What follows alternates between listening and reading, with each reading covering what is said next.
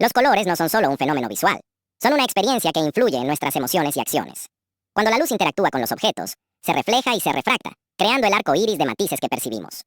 Nuestra percepción del color puede evocar recuerdos poderosos e incluso alterar nuestro estado de ánimo, un fenómeno conocido como psicología del color. Diferentes culturas interpretan los colores de manera única, lo que añade complejidad a nuestra relación colectiva con el color. En la naturaleza, los colores cumplen roles cruciales, desde atraer parejas hasta advertir a los depredadores, mostrando la maestría de la evolución. A través del lente de la ciencia y el arte, vemos que el color es un puente que conecta varios aspectos de nuestras vidas. Entender el color nos invita a explorar significados más profundos y conexiones emocionales vinculadas a nuestro entorno. En última instancia, los colores dan forma a nuestro mundo de maneras que a menudo podemos dar por sentadas, pero que continúan inspirándonos. Así que, la próxima vez que veas un color vibrante, recuerda el fascinante viaje que representa y el impacto que tiene en ti. Los colores no son solo colores, son experiencias, recuerdos y emociones que esperan ser descubiertos.